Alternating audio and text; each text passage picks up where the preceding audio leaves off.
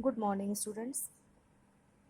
आज की कक्षा में हम रसखान को पढ़ेंगे। क्षितिज के काव्यखंड में हमने कबीर को पढ़ा, ललद्यत को पढ़ा, तत्पश्चात रसखान को पढ़ना है, जिनकी जीवनी को पीडीएफ के माध्यम से मैंने भेजा हुआ है। आप लोगों ने इसको लिखा होगा, पढ़ा होगा और ध्यान से पढ़ा होगा, क्योंकि जीवन परिचय याद रखना उतना ही ज़रूरी होता है जितना कि काव्यकार ने कौन सी रचना लिखी है, क्या संदेश दिया है समाज को, ये जानना जरूरी होता है।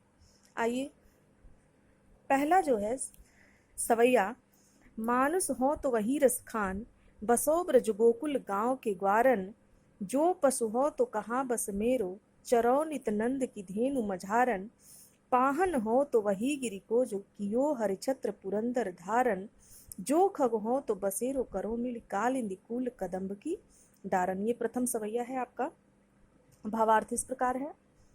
कवि रसखान ब्रजभूमि के प्रति अपना अनुराग प्रकट करते हुए कहते हैं कि यदि मैं अगले जन्म में मनुष्य बनूं तो गोकुल गांव के ग्वालों के बीच रहूं। यदि मैं पशु के रूप में संसार में जन्म लूं, जिस पर मेरा कोई वश नहीं है, तो मेरा बस यही कहना है कि मैं गाय के रूप में जन्म लेकर प्रतिदिन नंद की गायों के बीच ब्रजभूमि पर विचरण करूं।